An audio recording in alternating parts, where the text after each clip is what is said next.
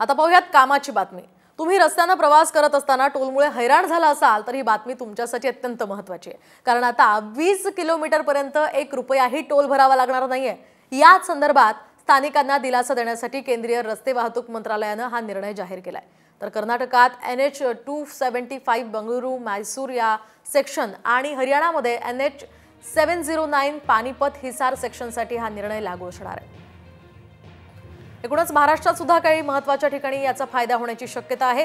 पाहूयात कोणत्या ठिकाणांना याचा फायदा होऊ शकतो। तर NH 17 पनवेल ते मंगळुरू या रस्त्याला टोल लागणार नाहीये। शिवाय NH 204 कोल्हापूर ते वर्धा या रस्त्यावर सुद्धा टोल माफ असेल।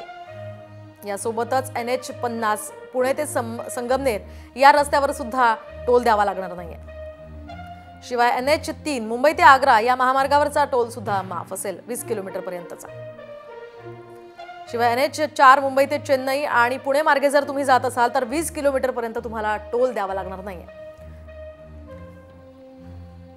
तर 0 रुपये टोल तुम्हाला 20 किलोमीटर पर्यंत आता माफ करण्यात आलेला आहे। एकूणच GNSS या प्रणालीनुसार हे टोल कलेक्शन केलं जाणार आहे।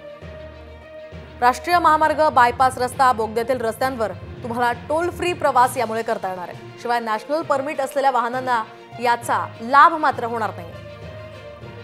यासोबतच 20 किलोमीटरपेक्षा जास्त अंतर पार केल्यास मात्र टोल वसुली केली जाणार आहे।